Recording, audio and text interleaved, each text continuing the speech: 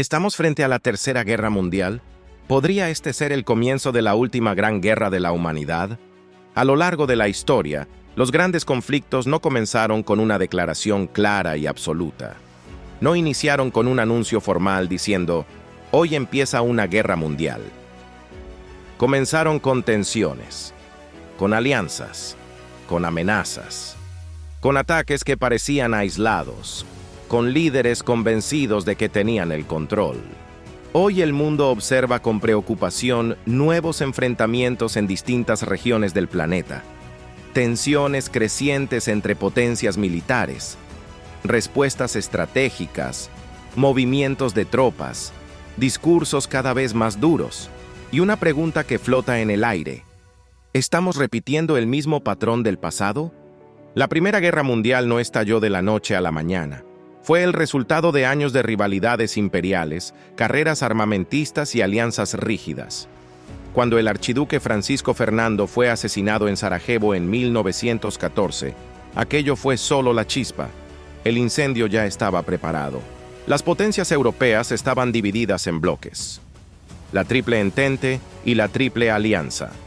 Tratados firmados que obligaban a intervenir si uno de sus aliados era atacado. Así, un conflicto regional terminó arrastrando a casi todo el planeta.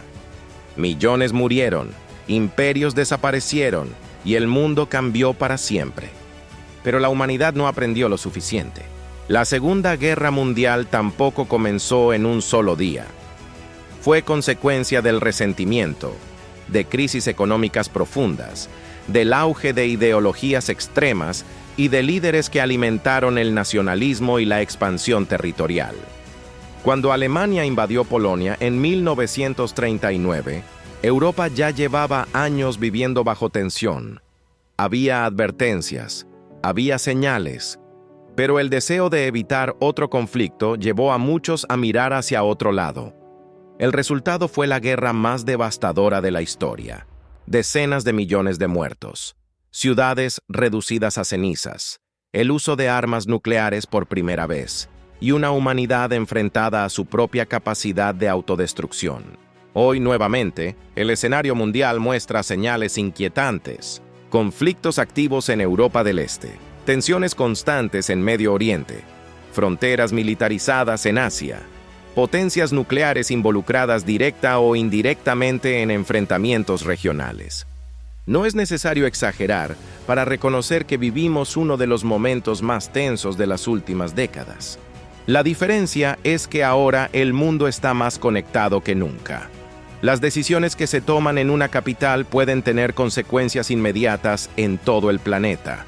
La economía global, la tecnología, las comunicaciones y, sobre todo, el poder militar han alcanzado niveles nunca antes vistos. En 1914, las armas eran rifles y artillería.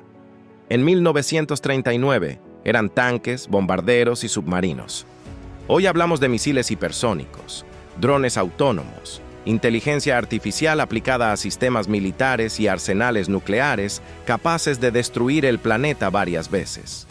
La humanidad posee hoy la capacidad real de provocar su propia extinción. Y ahí surge la pregunta más inquietante. ¿Hemos madurado lo suficiente como civilización para manejar ese poder?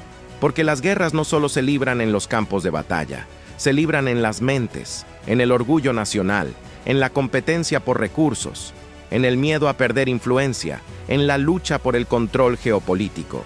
Muchos conflictos actuales no nacen de un solo evento, sino de décadas de desconfianza acumulada, rivalidades estratégicas y heridas históricas sin sanar. Cuando una potencia se siente amenazada, responde. Cuando otra percibe esa respuesta como agresión, contraataca. Y así comienza una espiral peligrosa.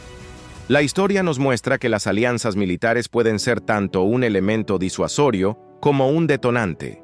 Cuando los países se comprometen a defenderse mutuamente, cualquier enfrentamiento local puede transformarse en un conflicto de escala global. Eso fue lo que ocurrió en 1914. Eso fue lo que amplificó el conflicto en 1939. Y eso es lo que preocupa hoy a muchos analistas internacionales. No se trata solo de quién ataca primero. Se trata de quién está obligado a responder después. En un mundo con armas nucleares, la posibilidad de un error de cálculo es aterradora. Un malentendido, un ataque mal interpretado, un sistema automatizado que responda antes de que la diplomacia tenga oportunidad de actuar. La Tercera Guerra Mundial, si llegara a ocurrir, no necesariamente se parecería a las anteriores. Podría comenzar como una guerra regional. Podría incluir ciberataques masivos que paralicen infraestructura crítica. Podría afectar redes eléctricas, sistemas financieros, comunicaciones globales. Podría no tener frentes definidos. Podría ser simultánea. Podría ser rápida. O podría ser una serie de conflictos prolongados que se conectan entre sí hasta volverse inevitables. Pero más allá de la estrategia militar, hay algo que rara vez se menciona en los discursos oficiales: el costo humano. Detrás de cada decisión política hay familias. Detrás de cada misil hay vidas. Detrás de cada mapa geopolítico hay ciudades llenas de personas que solo desean vivir en paz. La mayoría de la población mundial no quiere guerra, no busca conflicto, no gana poder con él. Y sin embargo, es quien paga el precio más alto. La historia también nos enseña algo más profundo. Las guerras suelen justificarse con palabras grandes: seguridad, soberanía, honor, defensa, estabilidad. Pero en el fondo, muchas veces hay miedo. Miedo a perder influencia, miedo a perder poder, miedo a parecer débiles ante el adversario. Y cuando el orgullo nacional se mezcla con el poder militar, la razón puede volverse secundaria. La pregunta entonces no es solamente si estamos frente a una tercera guerra mundial. La pregunta es: ¿estamos repitiendo el mismo patrón emocional que llevó a las anteriores? Porque las guerras no nacen solo en los despachos gubernamentales. Nacen cuando las sociedades aceptan la idea de que el conflicto es inevitable. Y quizás lo más peligroso de todo no sea que estemos al borde de una gran guerra. Quizás lo más peligroso sea que nos estemos acostumbrando a vivir al borde. Si una tercera guerra mundial llegara a ocurrir, no sería simplemente una repetición del pasado. Sería distinta, más rápida, más tecnológica, más destructiva y posiblemente irreversible. En las guerras anteriores, el planeta fue escenario de devastación humana. Ciudades enteras fueron reducidas a escombros. Economías colapsaron. Generaciones completas quedaron marcadas por el trauma. Pero hoy el riesgo va más allá de la destrucción material. Hoy hablamos de armas nucleares con capacidad suficiente para alterar el clima global. Hablamos de arsenales capaces de provocar lo que los científicos llaman invierno nuclear, una reducción drástica de la luz solar debido al humo y las partículas lanzadas a la atmósfera tras múltiples detonaciones. Hablamos de una posible caída masiva de las temperaturas, colapso agrícola, hambrunas globales. No se trata solo de quién gana o pierde una guerra. Se trata de si la civilización moderna sobreviviría. Y sin embargo, mientras discutimos estrategias militares, olvidamos algo fundamental: vivimos en un planeta extraordinario. La Tierra no es solo territorio, no es solo frontera, no es solo recurso. Es océanos profundos que regulan el clima. Es selvas que producen el oxígeno que respiramos. Es montañas, desiertos, ríos, biodiversidad única en el universo conocido. En millones de kilómetros de espacio oscuro, este pequeño punto azul es nuestro único hogar. Y aún así, seguimos dispuestos a arriesgarlo todo por poder. A lo largo de la historia, los imperios han surgido y han caído. Ninguno fue eterno. Roma cayó. Los imperios coloniales desaparecieron. Las potencias cambian. Pero la naturaleza, cuando es dañada profundamente, tarda siglos en recuperarse. Las guerras modernas no solo destruyen edificios, destruyen ecosistemas, contaminan suelos, envenenan ríos, liberan emisiones masivas, aceleran crisis climáticas. En un momento en el que el planeta ya enfrenta desafíos ambientales sin precedentes, un conflicto global sería un golpe devastador. Entonces surge una reflexión más profunda. ¿Por qué destruimos algo tan hermoso? ¿Por qué, como especie, repetimos ciclos de confrontación incluso cuando sabemos las consecuencias? Tal vez la respuesta esté en nuestra propia naturaleza humana. Somos capaces de crear arte, ciencia, tecnología, medicina, Somos capaces de enviar sondas al espacio y explorar otros planetas. Pero también somos capaces de dividirnos por ideologías, religiones, fronteras y narrativas de superioridad. La historia demuestra que el poder sin límites tiende a corromper, que el miedo puede manipular masas, que los discursos polarizantes pueden convertir vecinos en enemigos. Y cuando líderes sin escrúpulos priorizan ambiciones personales o intereses estratégicos por encima del bienestar colectivo, las consecuencias pueden ser catastróficas. Sin embargo, no todo está escrito.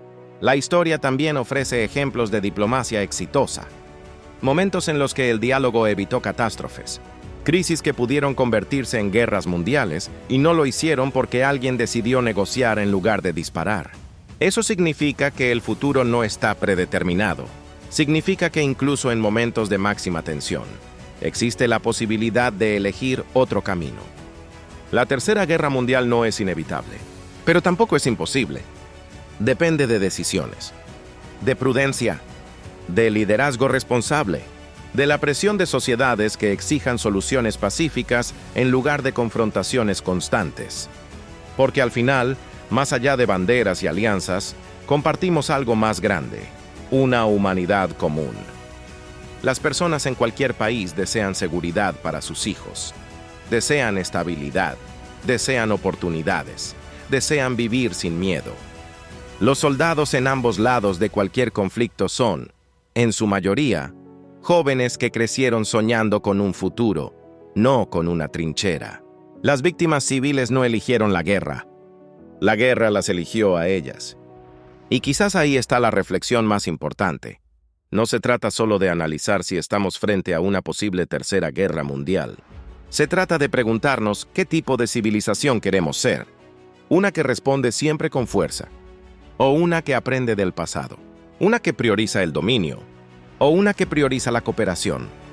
Una que convierte cada crisis en un enfrentamiento, o una que entiende que en un mundo interconectado, la destrucción de uno termina afectando a todos. Puede que esta no sea la tercera guerra mundial. Puede que las tensiones se disipen. Puede que la diplomacia prevalezca. Pero la advertencia está ahí. La historia nos ha mostrado lo que ocurre cuando ignoramos las señales.